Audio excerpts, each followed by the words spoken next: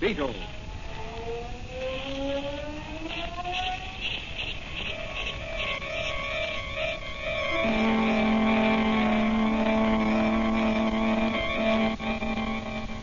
Sweeping down from the underworld to smash gangland comes The friend of the unfortunate, enemy of criminals. A mysterious, all-powerful character, a problem to the police.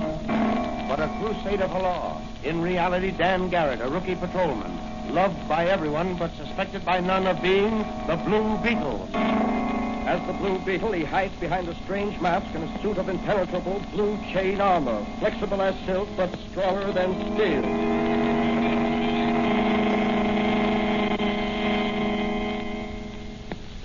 Today's Blue Beetle episode is entitled Murder for Profit. James A. Ridley of Ridley and Corcoran, wealthy investment brokers, died in City Hospital under peculiar circumstances. Was his death on the operating table murder? Will his death affect the stock market? Can Dan Garrett, rookie patrolman, who is also the Blue Beetle, solve this case and run the murderers to earth? As our story opens, Dan Garrett is visiting his friend and advisor, Dr. Franz, in his little apothecary shop. But, Danny, you say the authorities suspected an attempt would be made on Ridley's life? Apparently. They sent Mannigan and me rushing over to City Hospital to guard Ridley as soon as they heard he was to be operated on. But what made them suspicious? I don't know. Unless it was because they knew his death would affect the stock market, give groups in the know a chance to clean up and make a lot of money.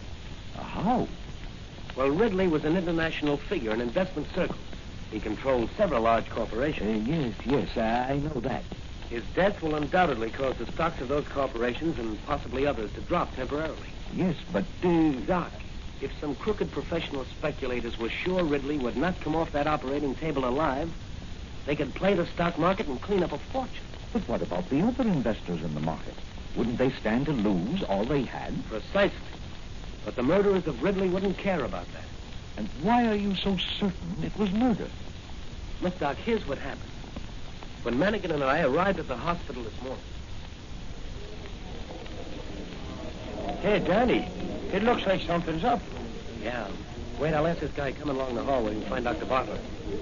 Say, you wait till we find Dr. Bartlett. Dr. Bartlett can see no one. We're from police headquarters. We've been sent to guard Banker Ridley. You're too late. Mr. Ridley's dead. Dead? Yes, he died on the operating table just a minute ago. Mannigan, you phone headquarters while I take a look around. Okay, Dan, I'll do that. I'll be in or somewhere near the operating room. I've got to find Dr. Bartlett. Oh, just a moment. Are you Dr. Bartlett? No, I'm just an intern. Dr. Bartlett's office is 2 doors down on the right. What's that you've got in your hand? It's a scalpel. A scalpel? Yes, a very sharp knife for making incisions.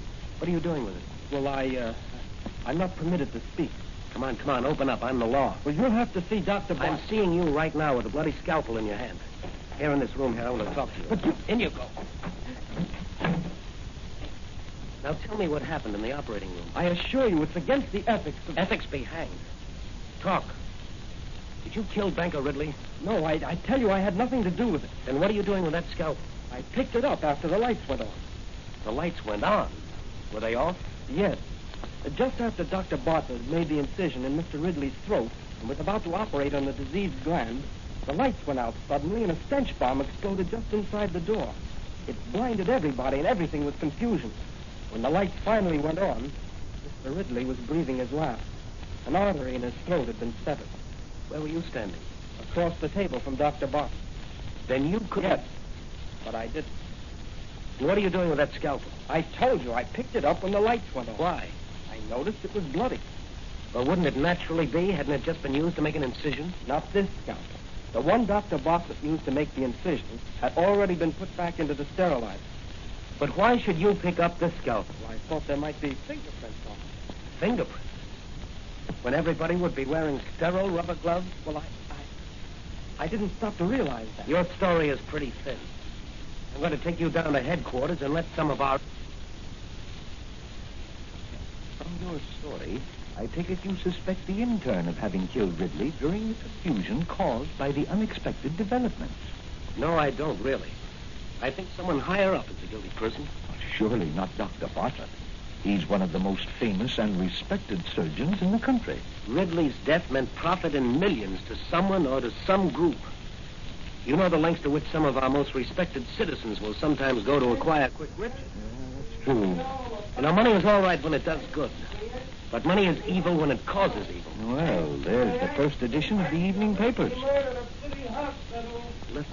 Yes. Well, it started just as we suspected. Listen to that. Yeah. Well, Danny, what are you going to do? Patrolman Dan Garrett is off duty, but the Blue Beetle never is. I'm going into action. Can I help you? Yes, Doc, you can. What about that secret solution you made that dissolves steel? You mean my Formula X4? Yes, that's it. I have some over here in this cabinet. Ah, here you are. Now here's a little file of it. But be very careful. It's powerful stuff. Thanks, Doc. What about your portable wireless telephone? I've got that in my magic ray and my flashlight. Good. You know, Doc, if I can solve this case quickly, maybe I can save a lot of little investors from losing their life savings. Ah, that's true, Danny. That's true. Well, Doc, the Blue Beetle has some nipping to do tonight. So long, Doc. I'll see you when I've cleaned up this stock market racket.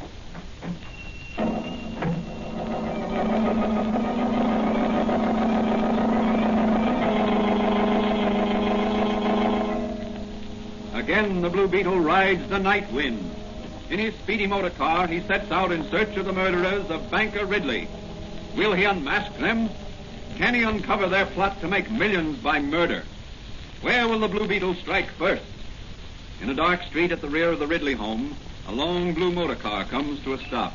A figure silently steps forth and approaches the high wall around Ridley's city home.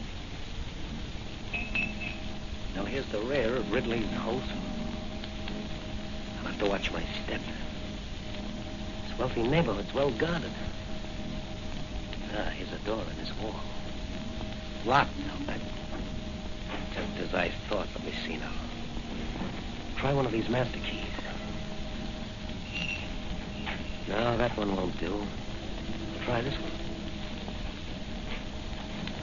That's the one. Better go easy. The hinges on this door will probably squeak. So far, so good. Better close this after me. Watchman finds this open, he'll be suspicious. Now to gain entrance to the house without arousing anyone. Hang that. What's going on down there? Hold Skylar, leave this bottle at you. Plain cat make as much noise as a garbage collector. Here's a window. Only wired down with a burglar alarm. Just attach these suction cups to it, and I'll cut out the glass, remove it without disturbing the frame. That's got it. I'll just remove the whole pane of glass and climb through. There. Now, I'll look around with my flash. That's the kitchen. All clear here. This door must lead into the dining room. No, that's the pantry. The dining room is beyond. What does this other door lead to? It's the hallway. The library should be up there on the right.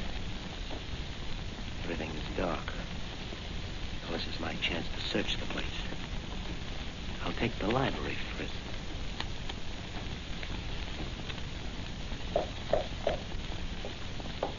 The wall is hollow. Just the place for a wall safe. Back of the picture. See if I can move this panel. And there may be a button. Someone's coming. I'll hide behind these curtains until they go. Who's in there? Come on or I'll shoot. Let's have a little light on the subject. Huh? Yeah. I just sworn I heard someone come in there. I was right. The picture over Father's wall safe. It's Blue Beetle. Drop that gun, Ridley. Not me, sorry, Ridley, but I want to examine some of your father's private papers for a possible clue to his murder. He's out like a light. Well, I'll just tie you up, and gag you, and then put you... Let me see. It's over there back of that couch. There. Now to open the panel. Just as I thought. A large wall safe hidden behind that panel. Now for a little Formula X4 poured on the lock.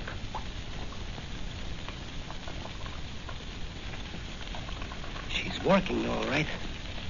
Eating right through that steel. There, that does it. Jewels, stocks, and bonds. What's this? A letter. To whom it may concern. This is to inform the authorities that should my death occur due to other than natural causes, it would be advisable to investigate the affairs of my partner, Charles Cochran, and my adopted son, Samuel. Well, Mr. Ridley, the Blue Beetle will certainly investigate. I'd better take these papers and jewels along with me. They'll be safer with me than here with your adopted son, Samuel.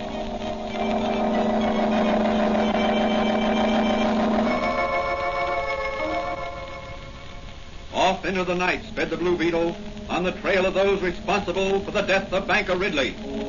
Meanwhile, at police headquarters, Officer Manigan, playing a hunch, he has also decided to go to Cochran's office.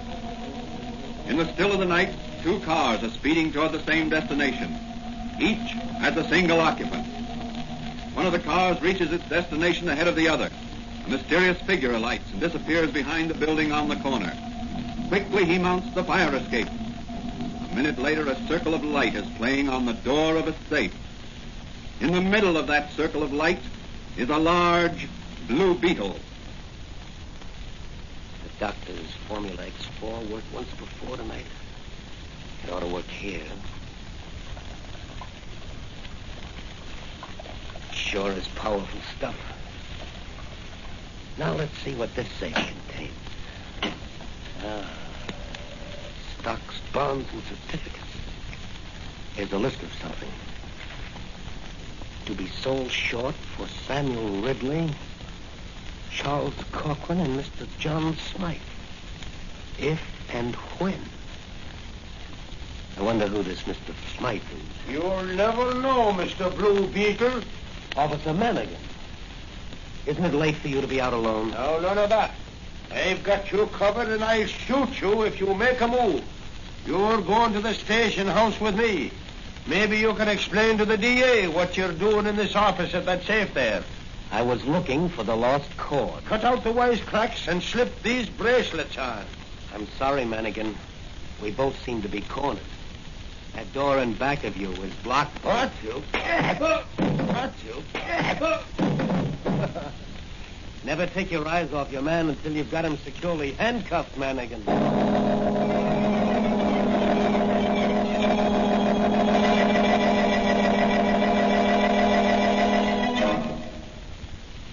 After taking the unconscious Manigan back to police headquarters and propping him up against the front door, the Blue Beetle sped on his way to the home of Charles Cochran. Arriving at his destination, he enters the Cochran home by means of a skeleton key. And hearing voices, he slips into an adjoining room and listens.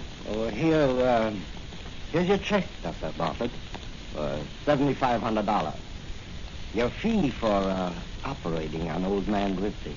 The operation was successful, but the patient died. Yeah, but what about the profit on the stock? We'll settle that when we complete the transaction.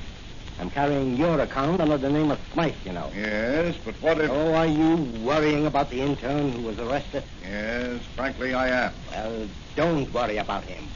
He'll never testify in any court. I had someone bail him out, and he's here in this house now. We're sending him away tonight on a one-way ride. What? You don't mean... Exactly. Oh, but you can't do that. Why, that's... Murder? Yes, Dr. Bartlett. Murder. Just like your operation on my partner today. One of my men short-circuited the light at the hospital, And another one disguised as an orderly dropped a stench bomb. But you, Dr. Bartlett, severed the artery in Banker Ridley's throat. A blue beetle. Yes, the blue beetle. He's going to nip a band of murderers. Remo! You call, boys? Don't move, any of you. I've got men outside, and they're coming in to take you. Pardon me, Mr. Blue Beetle. I doubt that statement. I happen to know that it is the Blue Beetle's proud boast that he works alone. Grab him, men. Get away, Remo. I'm going to shoot the Blue Beetle. That's what you think, Cochran. Come here, Remo. I'm going to give you a little ride through the air. No, senor, it's a mistake. You know, Dr. Amor. Here, your knife, Remo. Into his mouth.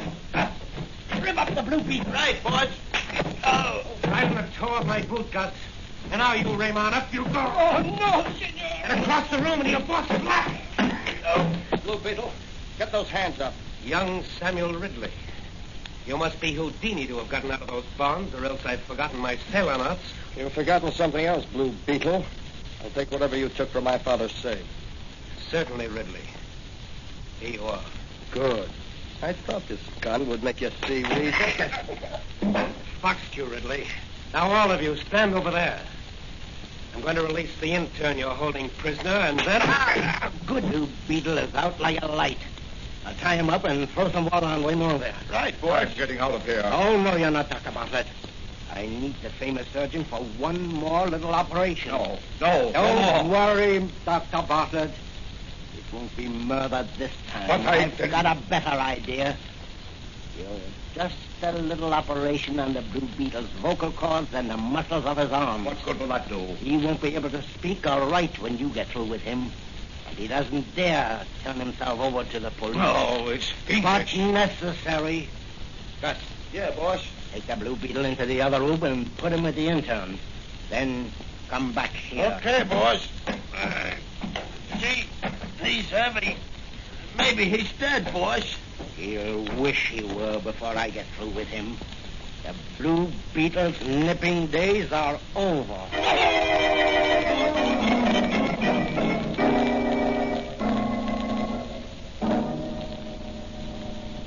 What will happen to the Blue Beetle? Will the Archfiend Corcoran be able to force Dr. Bartlett to maim him for life? How can the Blue Beetle get out of this spot? Not a soul knows where he is. Let's look in on Dr. Franz in his little apothecary shop. I wonder how Danny's making out. I think I'll close up shop and work a while in my laboratory. There. The shades are down. Now I'll just bolt this door. That's it. And now put out the light. There we are. Now perhaps I can locate Danny with my new radio locator. He took his portable wireless phone with him this time, but he hasn't called me. Maybe he's in trouble.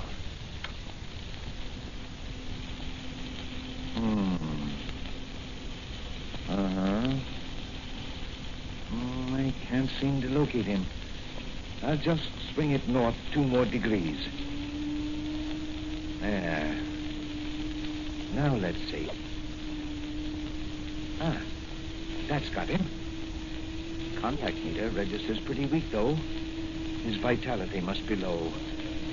Now perhaps if I connected up my radio energizer to this locator, I could shoot some vitality to him through the ether. I'll just connect these 2 wires here, so, and then turn on the energizer and let him have it. There. There it goes, Danny. I hope it's reaching you and giving you renewed strength. It's all I can do for you.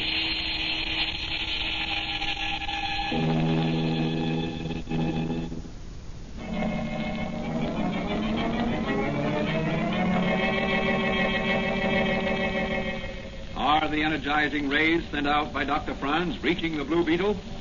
Has he again managed to outwit a clever and ruthless gang of murderous racketeers? How can he escape their clutches? Let's look in on the little room in the Cochran home where the Blue Beetle was imprisoned with the intern from the city hospital. Where am I? What's that noise? It's a midget antenna on my helmet. Dr. Franz must be trying out his new radio locator. What's happening? I feel as if I were being pumped full of energy. I can burst these bombs easily. Well, who's that over there on that cot? The hospital intern, of course. You. Can you hear me? Shake your head if you can. Oh, you can. Wait until I take that gag out of your mouth. There, that's better. Now I'll cut your bonds with my magic ray.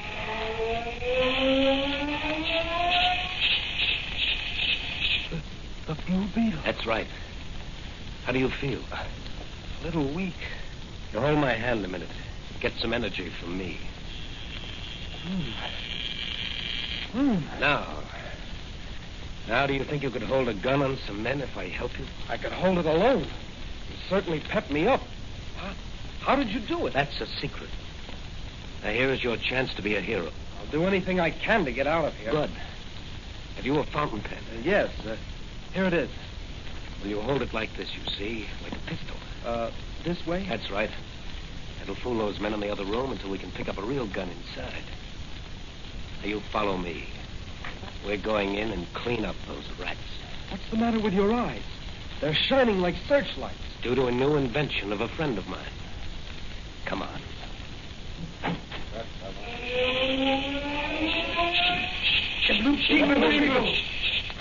Gee, boss, look at his eyes. This man, he is Durbin. Not to me, he isn't. Don't you... It's no use, Cochran. You can't injure the Blue Beetle. Throw down that gun. Drop it or I'll blast you all with my magic ray. You better drop the gun, boss. All right, Blue Beetle. You win up to this point. But how are you going to turn us over to the police? Why, you don't dare... Yeah, you intern. Here's your chance to get even with the doctor and this gang who are holding you prisoner. Pick up that gun and keep these men covered until I tie them up. Okay. Here comes the law. I called the police on my wireless telephone. You'll all be in safe hands soon, safe for the citizens of this great city. No more will your secret machinations bring distress to honest investors. Gentlemen, the Blue Beetle's job is done. You'll soon be paying the penalty of your dishonest schemes. I'll leave you to the tender mercies of the district attorney.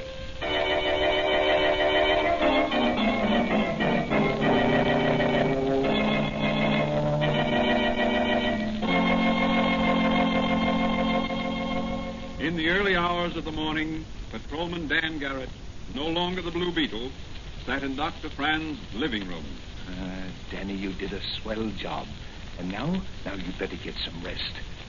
Yeah, I guess you're right, Doc. I'll see who it is. Just a minute. I'm coming. Is Patrolman Garrett here? Yes. Who wants him? The chief. Everyone's called back to duty. Why? What's happened? Some crooks have started a reign of terror, and they threaten to blow up the city.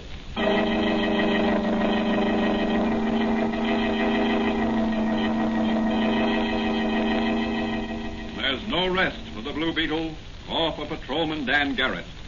What will develop in the next chapter of Dan Garrett's life? As the Blue Beetle, will he be able to run down and apprehend the members of this dynamite ring? Can he outsmart this deadly gang of underworld characters? These questions will be answered in the next episode of The Blue Beetle.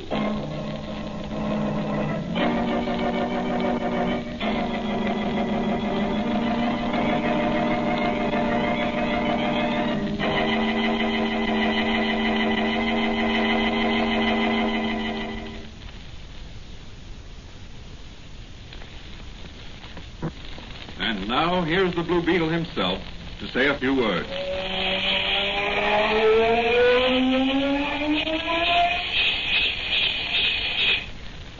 Folks, the moral of this story is that the confidence of our friends often gives us new strength and new courage.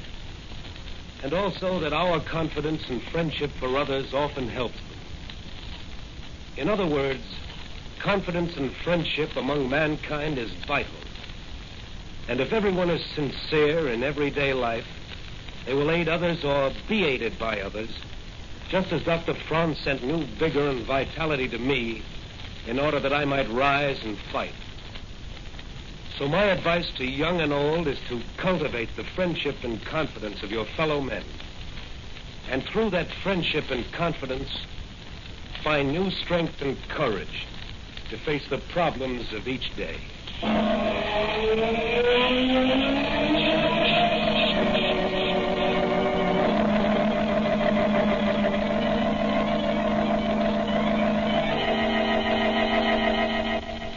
The Blue Beetle is a copyrighted Fox feature appearing in Mystery Men Comics magazine on sale at your newsstand. The Blue Beetle is on the air twice a week on this same station. Consult the broadcast schedule in your local newspapers. And don't forget to listen in.